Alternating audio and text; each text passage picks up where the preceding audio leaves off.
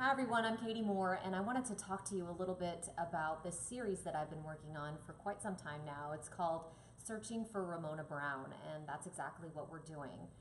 Through investigative reporting, we've been trying to figure out what happened to this little girl. There was this horrible house fire in 1984 in Algiers, and it left two of her brothers, a 4-year-old and a 2-year-old, dead. Ramona was never found. At the time, after an extensive search, investigators basically assumed that she had died in the fire. But we've learned some new information since then that we're going to reveal in this series of investigative reports. And I wanted to give everybody a little bit of background about the family that we're talking about here. The Brown family lives in Algiers on Memorial Park Drive, and they still live in that same location. And they have been wonderful to work with in trying to get the story done, because they want some answers, and I absolutely do not blame them for that. One of the things that they've shared with us are photos. Some of the things, I should say, that they've shared with us are these incredible photos. This is a photo album that, has kept some of their most cherished memories in it. And they've allowed us to use this over the last couple of weeks as we've been putting the finishing touches on this series. But you can see here, this is one of the little boys who died, and his brother, his older brother. He was also in the house at the time. So these are just the faces of some of the people who were involved, and these obviously were taken, decades ago. This is another one of the little boys who died in the fire. This is a toddler picture, just a baby picture of him. There were 10 kids in the house at the time, along with their 2 parents, and many of them made it out. 2, possibly 3, may not have. So this is Ramona. This picture is Ramona Brown, and this is who we're looking for. This is a great little picture of her. I think she was a little bit younger here than at the time of the fire, but the condition and the quality of these photos are not great. I mean, they've had obviously the fire that I'm reporting on, and then they've had other fires at the home and other things happen at the home, including Katrina. So the fact that they let me borrow these pictures, which are incredibly precious to the family, is a true testament to how much they really want to know what happened to Ramona, and how much they hope that people getting to know them and their family and seeing them might help us get some new leads. So this is Ramona. These are some other pictures that I just wanted to share because they're so, incredible. They are so fragile. These are old Polaroid pictures, clearly taken in the 1980s, and they're just paper thin. They're not even firm anymore like they were when they were first taken. Just really, really fragile pictures. And this little girl right here is Ramona, and this is Simona. And this, I believe, is Aubrey, who was also in the fire. So these are 3 of the Brown children. This is Johnny Mae Brown, and this is the mother of the 10 children.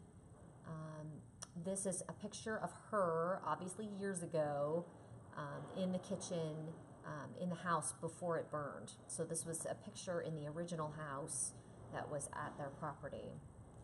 This one is another, you can see, I don't know if it's maybe a little difficult to see with this camera, but this all right here, you can see where it's just the heat got to it in the fire. And this is, again, just a paper, wafer thin picture of Kevin and Ramona, 2 of those babies that died in the fire. Well, we don't know if Ramona died, but Kevin died. And this is their father, Aubrey, who had to jump out a window to escape. This one right here is another incredible photo that I have. This is all of the children who were at home at the time, and it was clearly taken right around the time of the fire, because you can see by their ages. This is Ramona right here in the green in the front, and then these are all their other brothers and sisters. This little tiny baby is Tremona, and it's been so wonderful to get to know many of them throughout this reporting process. So much love in this family. All all of them are just wondering if Ramona's out there and if they're going to get the chance to hug her again. It's incredible to hear them talk about the emotional connection that they have, and you know, the wondering. For years, many of these family members have just been wondering, you know, as they're walking through the grocery store or as they're walking down the street, you know, am I passing my sister and not even knowing it? So there's so many questions in the minds of these family members. This is another picture that is in this album, and it's all three of the children who either went missing or died in the fire. In the story and in the series, we're talking to many of the family members, including the mother, Johnny Mae, who y'all saw a picture of a couple minutes ago, but she just is still torn apart by the whole situation, which, as a mother of two, I can honestly say I don't know how she's moved forward. It's something that I can't imagine, and when you hear just the agony that she still goes through when she talks about it, it's pretty amazing that she's moved on as much as she has.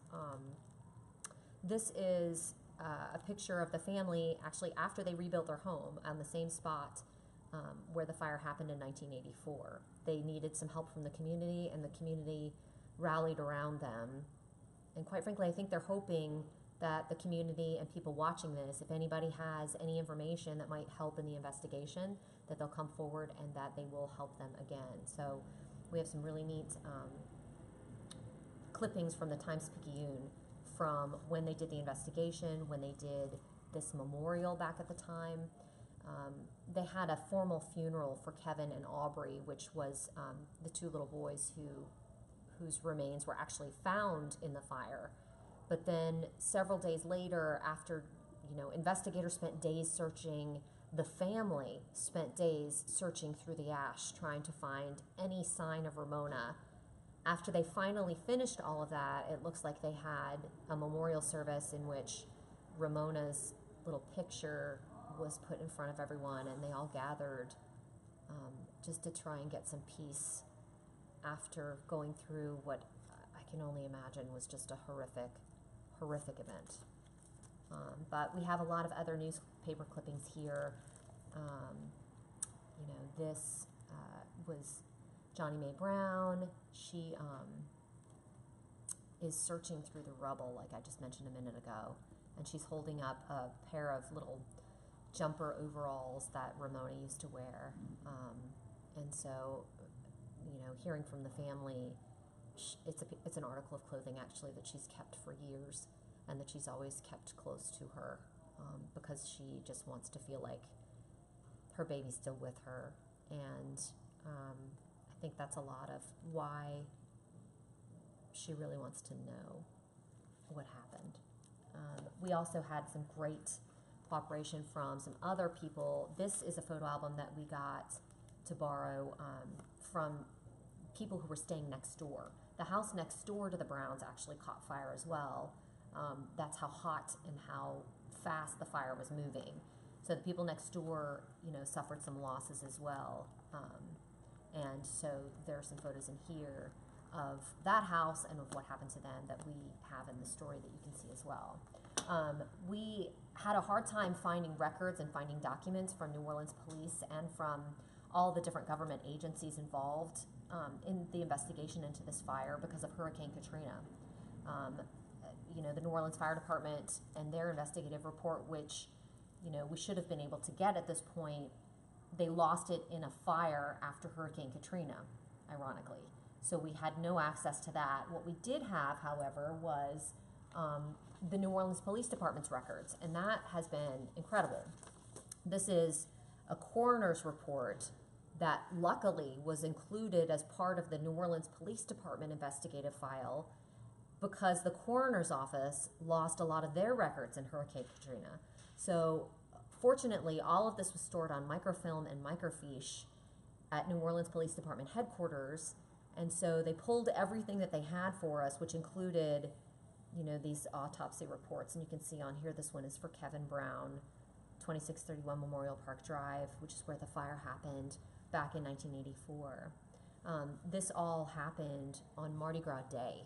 It was Mardi Gras Day, and it was 3 in the morning, and so what should have been the happiest of days for any family in New Orleans, getting ready for parades, all the excitement involved in that, really started with just a horrific event that none of them will ever forget. So that's the series that we're going to start off tonight at 10 o'clock on Eyewitness News. If everybody wants to join in and check it out, that would be great.